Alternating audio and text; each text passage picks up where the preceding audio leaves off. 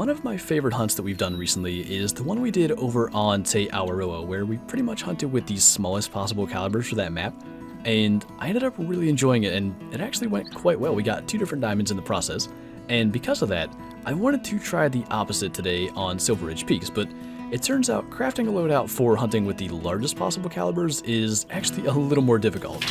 Now, the basic premise for this, and the reason that it's so hard to craft a proper loadout, is any animal we take, whatever the animal's class is, the ammo we use has to have that class as the minimum. So if we were to take a black bear are class 7, the 338 ammo is classes 7 to 9, so we gotta use that since the minimum class is 7, but we couldn't fit enough weapons in here to cover every animal class on this map. So at some point we'll need the longbow for the Rocky Mountain elk, and we need the 9.3 for mountain lion, but with the 470, 338, 303, and 10 gauge shotgun, we can cover everything else. So I think that's everything kind of covered here, and I'm curious to see how this goes. There's going to be some different challenges than the last time before. I know there's going to be the challenge of the loadout itself, but I wonder what other kind of unforeseen challenges a hunt like this is going to bring. Ooh. Alright, well, that poses at least one potential issue. First thing we got to do is put our bird shot in the 10 gauge, and the reason I have the 10 gauge is I think it's like the biggest class 6 ammo we could have, and that's going to be for the mule deer, but I don't have the turkey call at the moment. I kind of figured we'd worry about that during their drink time, so I mean, all we got to do is sneak in and get close enough to get a lethal shot. We don't have to get that close. Maybe like crawling to there? Let's see what that does, because this is not where I thought this was going to go. The wind is definitely not the best, but we got in there kind of close. As long as we can locate him, he's actually right there. This should be fine. Let's make sure he's going to walk out past those hens. And if we can, try to get him in the head. That actually didn't work too badly. I sort of thought we'd get one of those deals where they just walk around wounded forever. But to take one with a shotgun, that actually was fairly realistic, so good to see. And this guy is pretty much the average size, just a 4.6 scoring diamond. Not a bad way to start this though. So we've now done smallest calibers and basically started with a diamond chamois, and then largest calibers. First thing we run into is a diamond turkey. Not bad. Well, that's not a bad looking bighorn.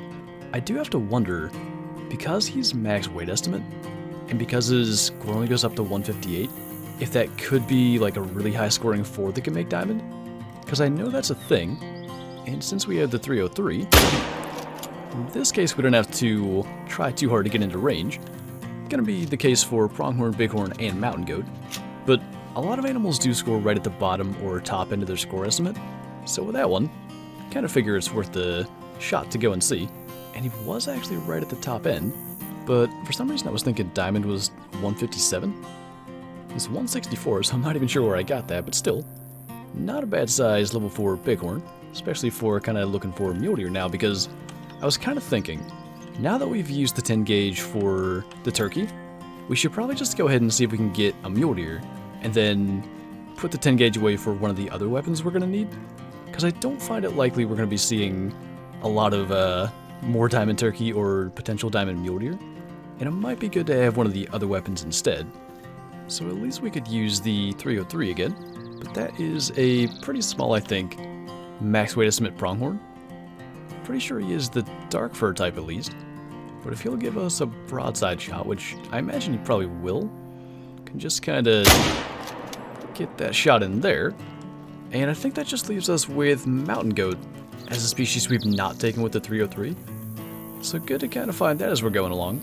Turns out finding mule deer is being a little more difficult than expected, but especially when we have to basically find one that's unspooked, because without a scope, we're not really going to be able to take a very long shot, and once they are spooked, calling them back in isn't really an option for a while, so I'm hoping eventually here we just can spot one out in a rest zone, but for now we'll just keep going along and getting what we can find. And really, when what we can find is max weight estimate dark fur type pronghorn, that's not a bad deal. Managed to double lung him. I don't know what is running at us. It sounds like a bear. Looks like a bear. I think it's just a, well, actually it's a small male. I thought it was going to be the female. See if we can maybe get him. Might not be very hard if he decides to run real close to us. I expect him to slow down. And I don't know where we got him there, but that's going to bring him down pretty quick. I definitely would like to get a better one, but for now, since he just ran through, that's that. We'll definitely keep the 338 in our inventory because we're getting quite close to black bear drink time.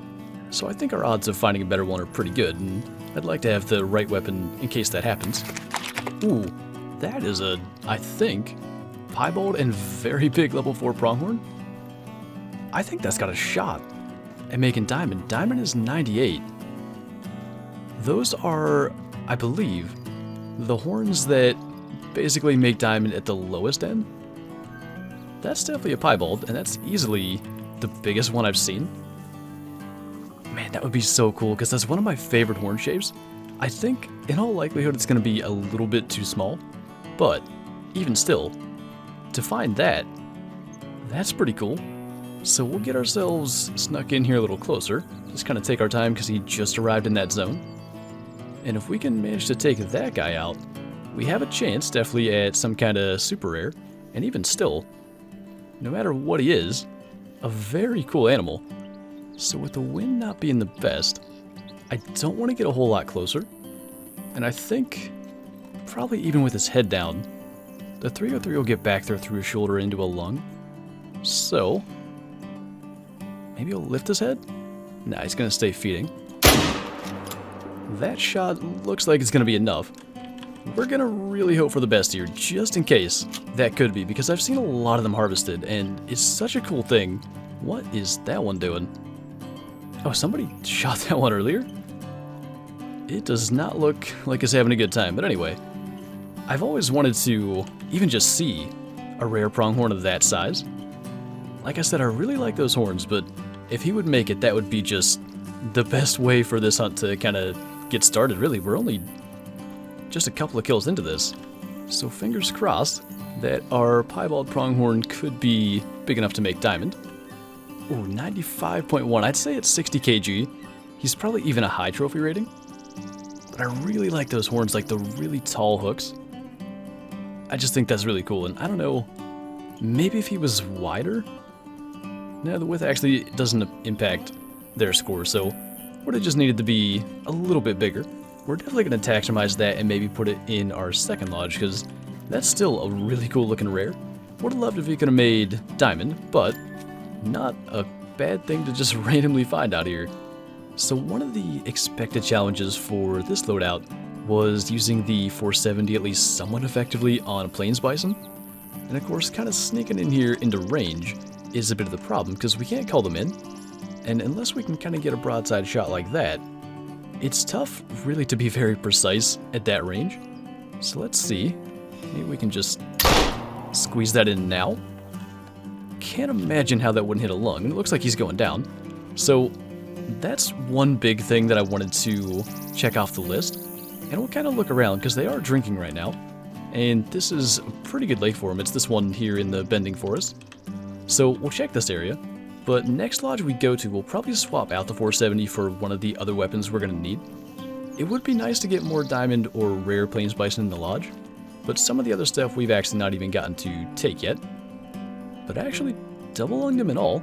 I'm surprised he ran around as long as he did. It may just be a level 7, but it's still kind of cool to see a gray mountain lion. Been a little while since I've seen one, although we haven't done a whole lot of hunting Silver Ridge Peaks, but still, like to see that. And since we have the 9.3 on us, if we switch back to the proper ammo type, once he lifts his head, we'll see if we can maybe drop this into the heart, but just a lung shot will be good. I know there's a decent amount of drop with this. We must have gotten double lung, because he still went down really fast, and I would definitely think a class 5 ammo would drop it with a heart shot, if the class 4s usually do.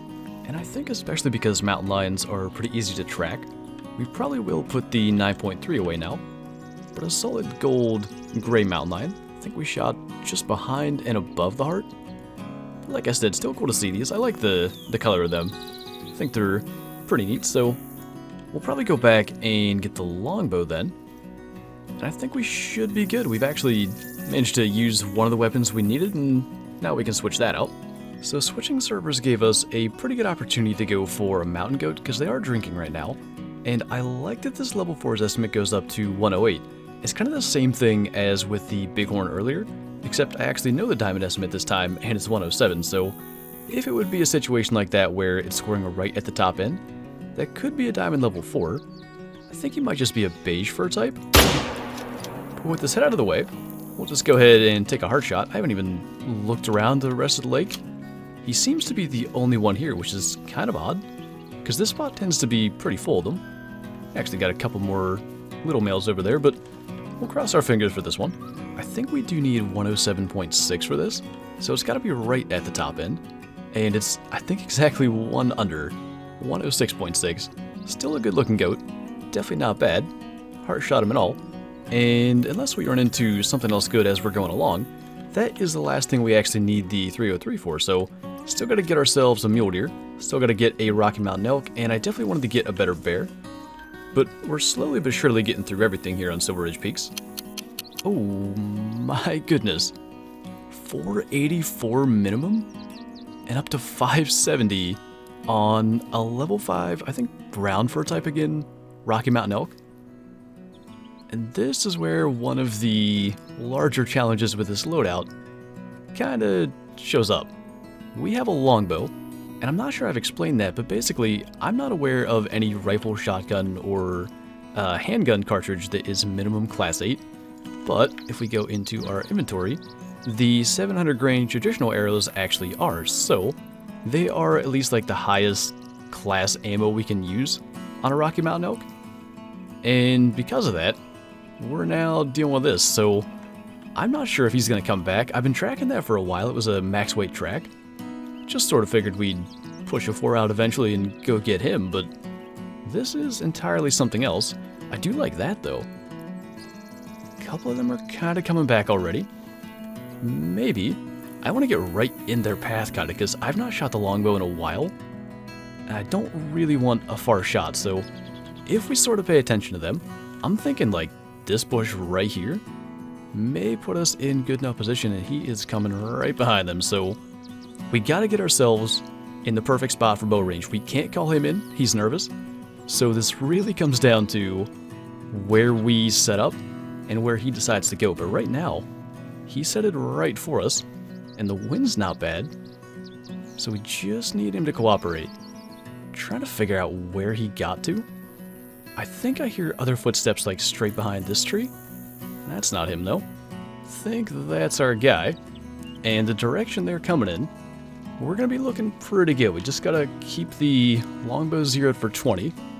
We're gonna sort of alert him here, and hopefully that looks about right. I think we got that in a lot less time than I thought we were going to. We had this one other time. It was a vital hit, so we should be good. And by the way, don't think I got to mention, 484 as the minimum is above the diamond requirement.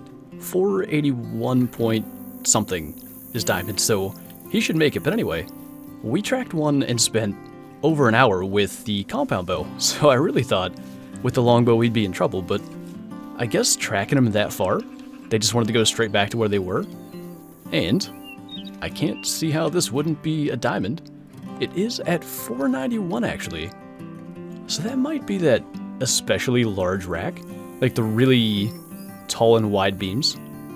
I'm actually not sure, but he did look huge. I kind of noticed it before we even got the binoculars up, and I don't think there is an angle that we can get a proper screenshot. We'll have to do that from the lodge, but 16 meters, kind of low in the lungs, so I'm glad I brought that up a bit. Not too bad. It's not really what I thought we'd be doing when it came to elk in this video, but it's about the way. Seems like whenever we're carrying a bow for something on this map, we always find a big elk. I don't think I could even try to guess how many black bears we've seen in this hunt, and we finally have a halfway decent one. He's actually just going alert, so if we can, we'll get a shot in there.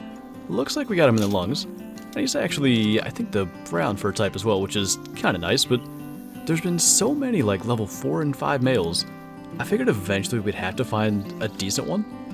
I didn't think it would take that long, but now that we actually got a good one, the only thing that we've not shot is a mule deer, and that definitely leaves us with one of the more challenging things yet to do, because we do have the 10 gauge.